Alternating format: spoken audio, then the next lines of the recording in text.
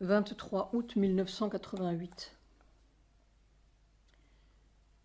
Toutes les limites du corps sont les limites de la mort.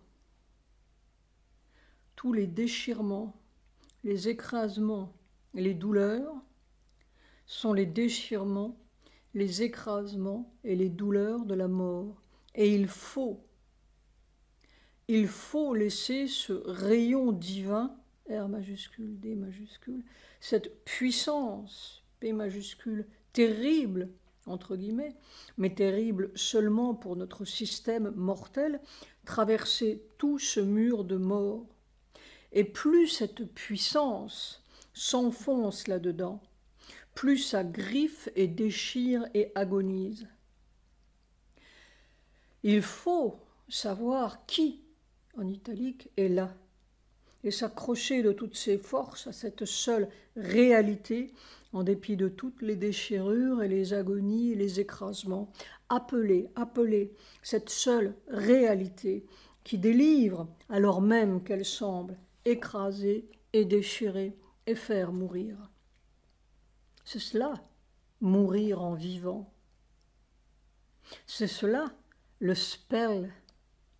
C'est cela, le donjon. Qui l'emportera? Ou bien notre système humain mortel est inexorable, comme les camps de concentration, ou bien il y a une suprême grâce, S majuscule, G majuscule, au centre de cette horreur, et on peut en sortir. Ce sera le prochain âge et la prochaine espèce. On est constamment sur un terrible seuil. Un nouvel étage de la colonne vertébrale s'est démoli. 25 août 1988. Je n'ai jamais subi pareille chose. Tout le corps sent qu'il est broyé, aplati, même les os, réduit à une boule de matière ou à une bouillie de matière prête à se désintégrer. On traverse la douleur seulement avec ce cri de « toi, toi, seul ». Il y a 2 ans aujourd'hui, 25 août 86, que je suis dans ces masses descendantes. Et pas un seul jour, cela n'a cessé d'être plus massif et plus écrasant. Je ne sais pas ce que tout cela veut dire. En tout cas, cela veut dire que nos lois physiques et physiologiques ne valent rien. En italique, rien en lettres capitales. Il y a autre chose. Est-ce qu'on sera capable de l'autre chose? 2 ans. 365 plus 365 égale 730 jours dans ces masses M majuscule. C'est incompréhensible pour un corps. Le mensonge de la matière, c'est la douleur. Le mensonge du monde, c'est la douleur. C'est cette cotte de mailles de mensonge qui doit disparaître, cette carapace de fer sur quelque chose d'autre, sur la merveille du prochain âge. La réalité, R majuscule, réalité en italique, ne peut être qu'une réalité de joie, J majuscule. Tout le reste est mensonge qui doit disparaître. Une affreuse grimace est plaquée sur la terre. 26 août 1988. La manifestation est proche. 27 août 1988. C'est un tel supplice écrasant et déchirant. Et quelle est la clé matérielle de ce supplice? Probablement il n'y a pas de clé individuelle. C'est une clé totale, une réponse dans les faits, comme disait Mère. L'individu est seulement un conduit, un peu bouché, semble-t-il. On ne sait pas quoi faire. Durer, endurer. Cette puissance doit traverser une carapace de fer, et naturellement le fer crie « J'ai mal !» Toute la terre a mal. Je me souviens d'une phrase de Sri Aurobindo qui m'avait beaucoup frappé il y a plus de 25 ou 30 ans. Frappé, ou étonné plutôt. Il disait « La résistance physique pourrait être telle qu'on pourrait préférer quitter sa propre substance. » Je m'en souviens encore par cœur. Et je ne comprenais pas. Maintenant je comprends. Je préfère que la terre change, aussi longtemps que je pourrais préférer. Conversation avec Sujata. Rakhi Purnima, le 27 août 1988. La croix d'étoile au-dessus de la tête de Sri Aurobindo. Sujata. Ce devait être vers ce matin quand j'ai vu cela. Quand j'ai pris conscience, c'était une très grande chambre et en haut, peut-être au 3e étage, vous savez, les maisons d'autrefois n'étaient pas des buildings, c'était la nuit et nous étions pas mal de gens allongés par terre, tout le monde dormait. Et il y avait un satarenji, vous savez, satarenji, ce n'est pas un tapis vraiment, mais autrefois on utilisait ça dans les chambres, pas de vrai tapis, mais on appelait ça satarenji. Cela devait être très large, car beaucoup de gens y étaient allongés. Et quand j'ai pris conscience, j'étais près de vous, qui étiez allongés, endormis, tout le monde dormait. Et dans mon sommeil même, j'ai dû me tourner un peu. J'ai vu que vous étiez là, et j'étais tout près de vous, tourné vers vous. À ce moment-là, vous avez commencé à bouger un tout petit peu, et dans mon sommeil même, parce que j'étais aux 3/4 endormi, je me suis retournée, j'avais donc mon dos un peu vers vous, et j'ai senti que vous tiriez ma tête contre votre poitrine. Je vous ai laissé faire, et j'ai commencé à repartir tranquillement dans mon sommeil.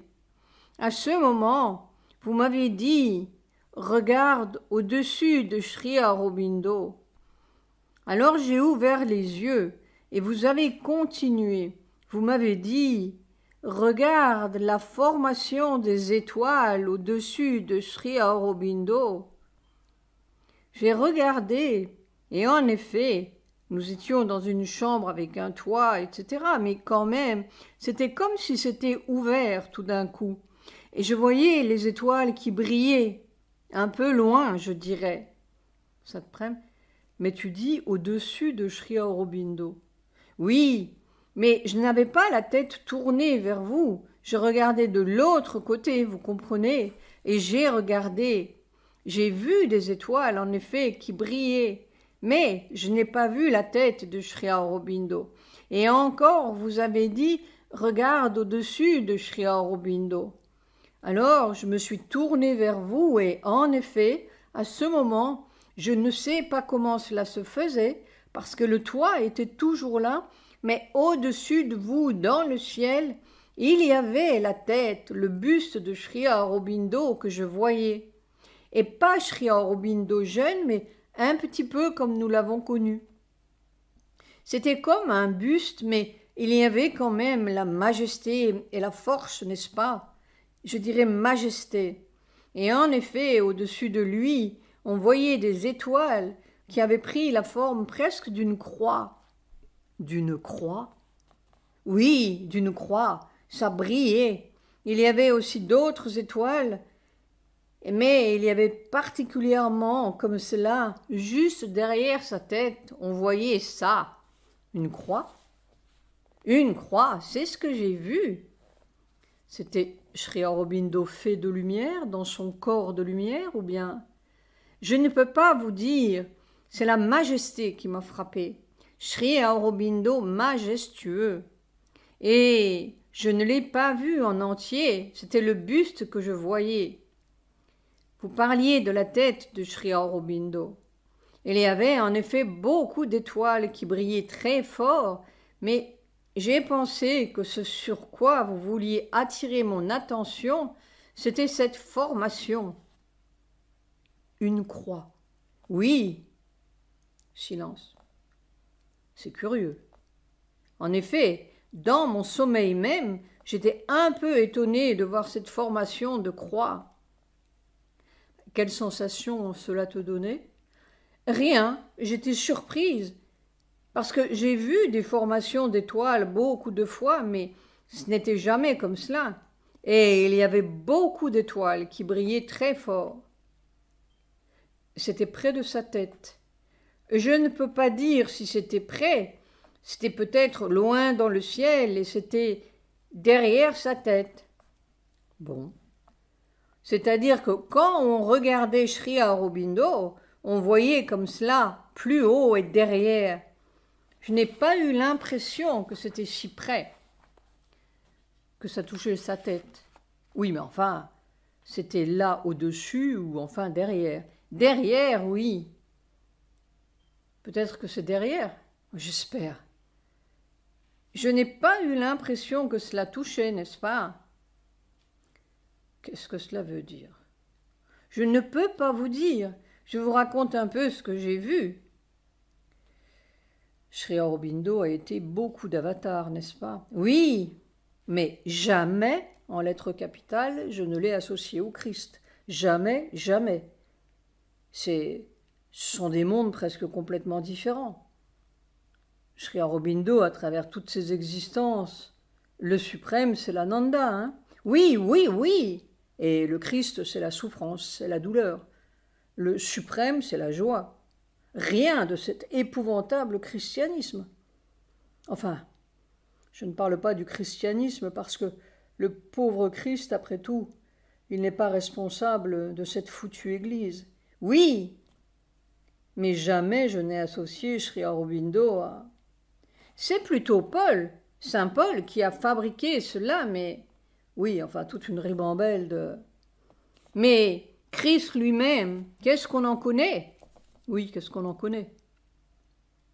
Mais de toute façon, je n'ai jamais associé le personnage de Christ avec aucun des avatars de Sri Aurobindo. Jamais.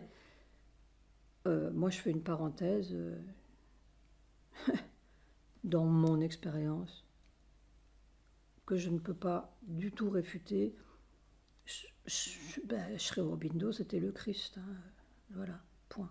Sinon, je ne serais même pas là. Bon. Cela me semble des mondes complètement... C'était une nécessité historique, n'est-ce pas? Bon, cela a fait du bien à un certain nombre d'êtres qui avaient besoin de sentir que Dieu souffrait pour eux. Bon, mais cet aspect-là, Sri Aurobindo, c'est l'Ananda, le suprême, c'est l'Ananda, la vérité, c'est l'Ananda. Oui, ça, c'est la vraie vérité. Oui, alors ça n'a rien à voir avec ces crucifixions. Mais quand même, ils ont dit que Christ était un avatar et un avatar d'amour. C'est lui qui a... Enfin, je ne sais pas. Pour moi, c'est un personnage que je trouve... Enfin, ce n'est pas un personnage, c'est une église. Alors on ne peut pas mélanger, mais de toute façon, hein, bon. Eh bien, je ne sais pas ce que cela veut dire. Je refais une parenthèse. Le père de Satprem était très, très, très catholique. Et Satprem détestait son père. Voilà. Et là, il est en train de mélanger Jésus et ce qu'on a fait de Jésus. C'est pas Jésus qui a voulu être crucifié. Pardon. Sujata tout bas. Et moi non plus. Alors, c'est tout ce que je peux dire. Non, mais pour moi, c'était un mensonge. C'est un horrible mensonge dont les hommes ont eu besoin, il n'y a aucun doute. Ils ont eu besoin de sentir que Dieu avait été tué, était mort pour eux. Bon, mais il y en a d'autres qui sont morts, hein. Sujata souriant. Mais oui. Et Sri Aurobindo et Mère n'ont pas été crucifiés avec une jolie croix, ils l'ont été odieusement et silencieusement. Mais oui, mais l'un après l'autre, tous ceux qui sont venus sur la terre, n'est-ce pas? Le suprême, chaque fois qu'il a pris un corps, il a été obligé d'une façon ou d'une autre de repartir. Ah oui, bien sûr, obligé. Les hommes n'en veulent pas. Oui, les hommes ne veulent pas. Ils préfèrent leur force. Ils ne supportent qu'un Dieu crucifié, justement. Alors ça, oui. Mes mères disaient plus de crucifixion. Ah non, ah non. Elles disaient un corps glorieux. Oui. Alors, je ne sais pas ce que c'est que cette croix qui pour moi est un antipode du divin. Le divin, c'est la joie, la beauté, l'immensité. Je interviens. La croix n'a rien à voir avec Jésus. Point. Mais oui, c'est ce qui est beau, ce qui est vaste, ce qui est lumineux, ce qui est léger, pas ce qui souffre. Parce que la souffrance, c'est un poids. C'est le mensonge, la souffrance, justement. Mais oui, c'est ça qu'il faut traverser. Bon, il faut traverser. Pas rester dedans. Il faut traverser, il faut... Ah, ça oui, et puis un sacré paquet. Mais c'est à traverser, ce n'est pas à glorifier. C'est un mensonge. C'est le mensonge de la terre, la souffrance. Elle est dans la souffrance parce qu'elle est dans le mensonge. Alors la croix, hein, voilà. J'espère que c'est de la vieille histoire. Peut-être. C'était derrière lui, c'est possible. Bon, eh bien, on verra. Long silence. Vous savez ce que c'est aujourd'hui? Nous sommes le 25 août, n'est-ce pas? C'est le Rakhi Bundani, Rakhi Purnima, c'est-à-dire c'est la pleine lune des Rakhi.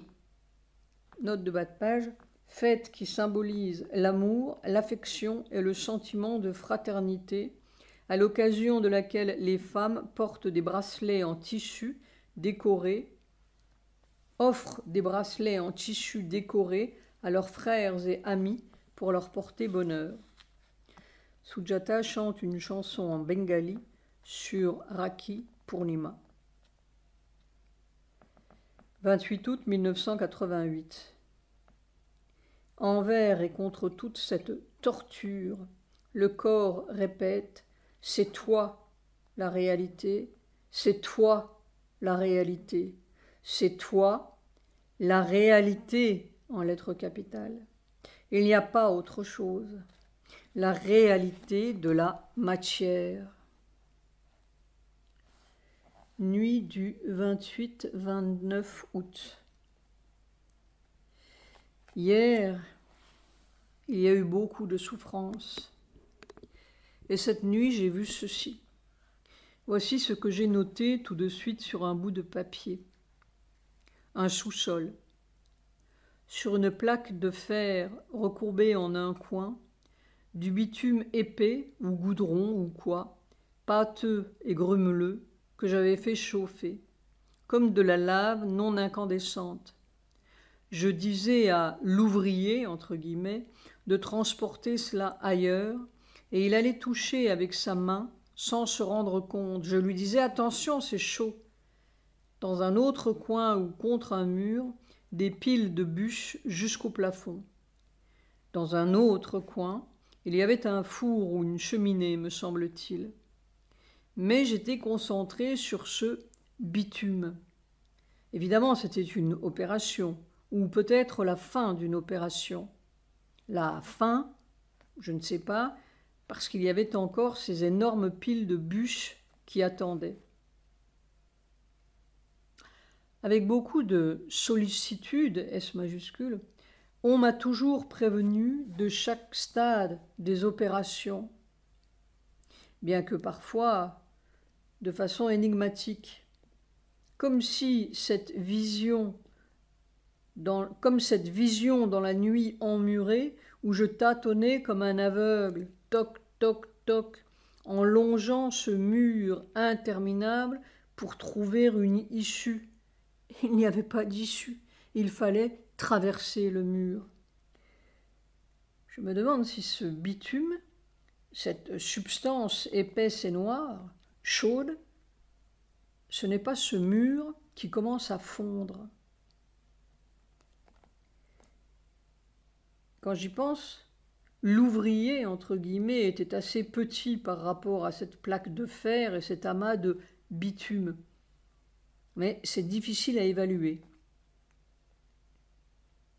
C'est la réalité qui est en train de faire fondre le mensonge de la matière. Attention, c'est chaud. 29 août 1988. Debout, c'est moins torturant, en se laissant tordre et plier comme un serpent ou comme une herbe. PS. Me suis abîmé la cheville et j'ai recommencé assis. 30 août 1988. Ces vertèbres infernales. C'est là qu'est la bouillie noire. 31 août 1988.